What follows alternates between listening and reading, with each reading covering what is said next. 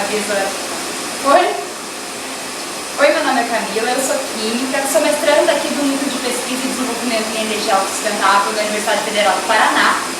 E aqui vou apresentar para vocês um pouquinho da nossa sala de cultivo.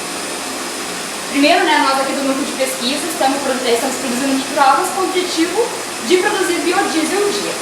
Então, vou apresentar para vocês primeiro aqui o que é essa parte. Aqui nós temos um inóculo, vocês podem verificar bem direitinho como que é. O que é esse inóculo?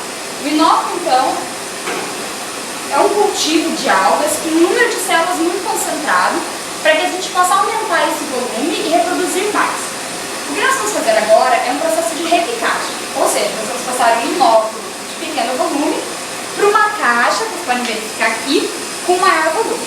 Essa caixa ela tem 50 litros, vai permanecer numa sala climatizada, 20 graus Celsius, com iluminação 24 horas.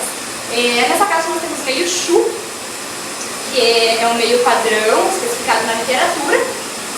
Vamos adicionar então 5 litros de inóculo para verificar o que vai acontecer. Vamos acompanhar então o processo? Então já medimos aqui 2 litros.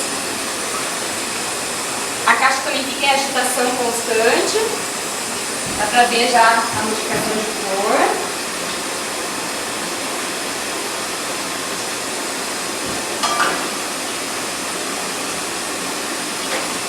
Bom, geralmente esse inóculo ele demora de 5 a 7 dias para atingir uma boa concentração de células. Aqui no Núcleo de Pesquisa nós estamos trabalhando com algas cerebesus.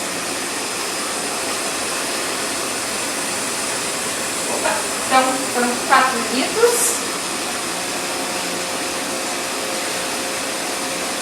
E esses inóculos têm aproximadamente 2.000 células por ml.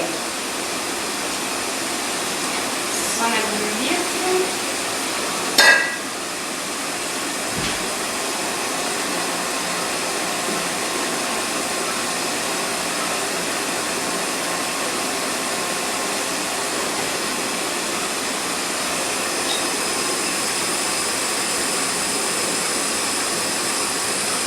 Bom, então vamos esperar mais 7 dias e a gente volta para mostrar para vocês como que vai ficar a nossa caixa inoculada.